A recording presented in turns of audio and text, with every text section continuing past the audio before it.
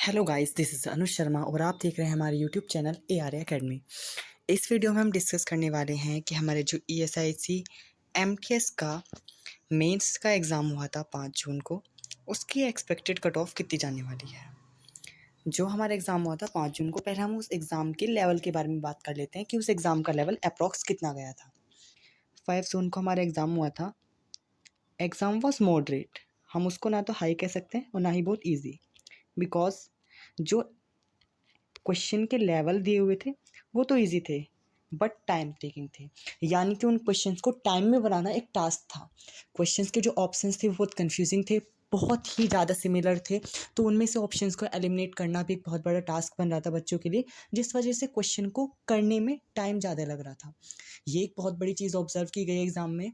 सबसे पहले हम बात करने अगर मैथ्स की, मैथ का एग्ज़ाम इजी था। उसमें जो डीआई थे और जो पाई चार्ट थे वो थोड़े डिफ़िकल्ट थे। उनके क्वेश्चंस थोड़े लेंदी थे। क्वेश्चंस बनाने में बच्चों को बहुत टाइम वेस्ट करना पड़ा, जिस वजह से उनके कुछ नर्वसनेस की वजह से और क्वेश्चंस छूट गए या जल्दीबाजी में उनके क्वेश्चंस गलत भी हो गए। तो मैथ्स कैसा था?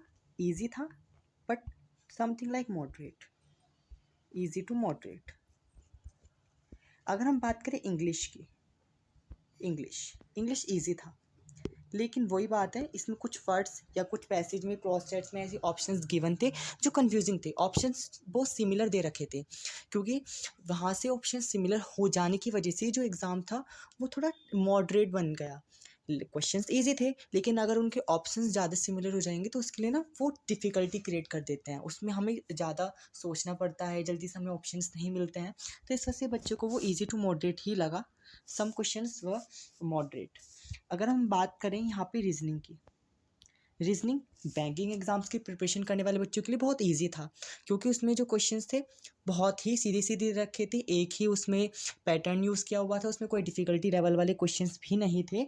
लेकिन फिर वही बात आती है, ऑप्शंस सिमिलर थे, ऑप्शंस थोड़े बड़े थे जिनको रीड करने में टाइम लग रहा था और क्वेश्चंस को बनाने में भी थोड़ा टाइम गया। टाइम टेकिंग क्वेश्चंस थे बट ईजी था। अगर हम बात करें जीएस की, देखो जैसे कि ईएसआईसी के प्री एग्जाम में जीएस स्टैटिक आया था पूरा, करंट अफेयर्स के 1-2 क्वेश्चंस, लेकिन उसके बाद किसका एग्जाम हुआ था? ईएसआईसी यूडीसी मेंस का, जो 30 अप्रैल को एग्जाम हुआ था।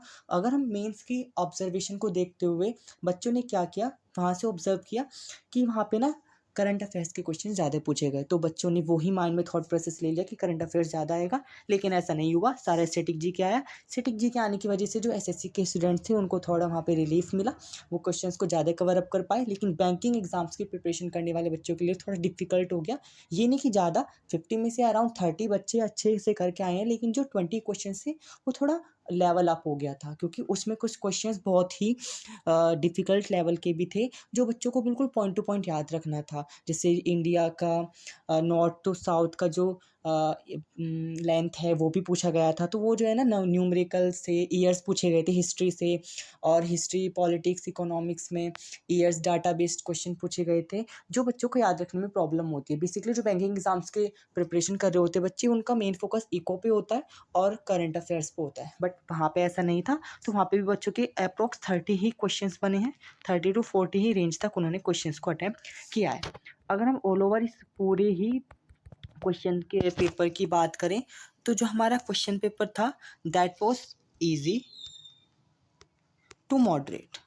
ठीक है, इसमें अगर बच्चे 180 भी बना के आए हैं, 190 भी बनाए हैं, और किसी किसी ने 200 भी बनाए हैं, बट सबसे बड़ा क्वेश्चन किसका खड़ा होता है? एक्यूरेसी का, कि किस बच्चे की कितनी एक्यूरेसी आई होगी।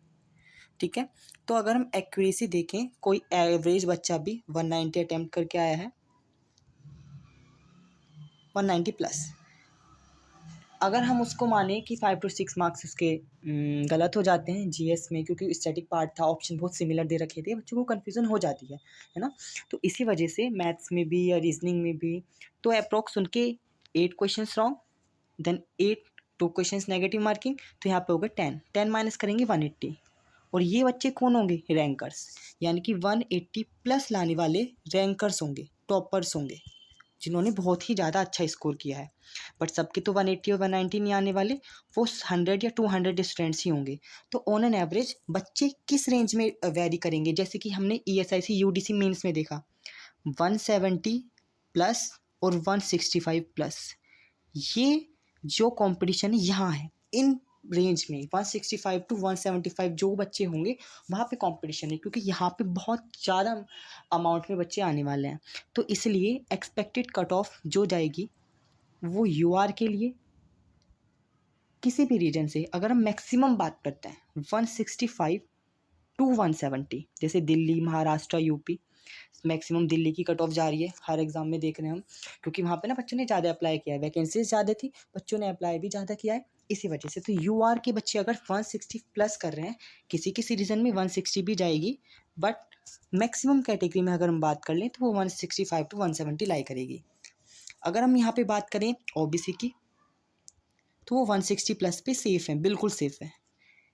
EWS 150, ये जो हम आपको कट ऑफ्स बता रहे हैं ये मैक्सिमम है कि किसी भी रीज़न की मैक्सिमम कट ऑफ कितनी जा सकती है। वरना कुछ रीजन्स में जहाँ पे प्री में लेस थोड़ी कट ऑफ गई थी, थोड़ी कम कट ऑफ गई थी, वहाँ पे मेंस में भी 5 मार्क्स लेस यहाँ से आप कर सकते हैं। एससी की बात करें तो अगर वो 130 प्लस मार्क्स ला पा रहे हैं देन वो बिल्कुल सेफ़ है, ठीक है। तो ये हमारा अप्रॉक्स अंदाज़ा हमने लगाया कि यहाँ पे हमारी एसआईसी मेंस में कितनी कट ऑफ जा सकती है, ठीक है।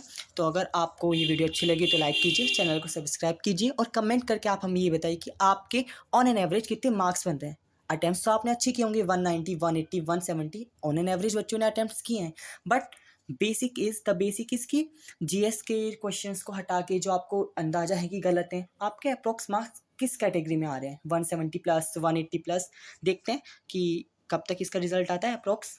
आई थिंक 30 अप्रैल को यूडीसी मेंस का पेपर हुआ था, उसके 47 डेज़ बाद यानी कि 16 जून को उसका रिजल्ट आया। इसी तरह से हम एक्सपेक्ट कर सकते हैं कि एसआईसी एमटीएस मेंस का रिजल्ट 40 टू 45 डेज़ आफ्टर यानी कि जुलाई की 15 टू 20 डेट के बीच में पक्का आ जाएगा। और हो सकता है अगर ईएसआईसी ने ट्राई किया उससे पहले रिजल्ट देने का, क्योंकि अगर वो वैकेंसी को जुलाई में ही कंप्लीट करके अगस्त से ज्वाइनिंग कराना चाहता है तो वो हो सकता है 10 जुलाई तक भी आपका रिजल्ट आ जाए। ओके।